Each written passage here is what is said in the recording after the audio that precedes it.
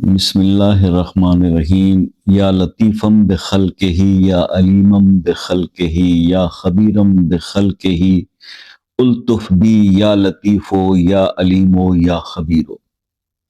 یہ دعا جس کو دعائے خضر علیہ السلام بھی کہا جاتا ہے۔ اب ایسے میرے دوست جو لوگ مسلسل پریشانی کا شکار ہیں اور کوئی بھی حل نظر نہیں آتا، تو یہ دعا کثرت سے پڑھیں، یہ دعا کثرت سے پڑھیں، چلتے پھرتے پڑھیں، اٹھتے بیٹھتے پڑھیں، ٹھیک ہے، ان کا مسئلہ حل ہو جائے گا اللہ کے حکم سے۔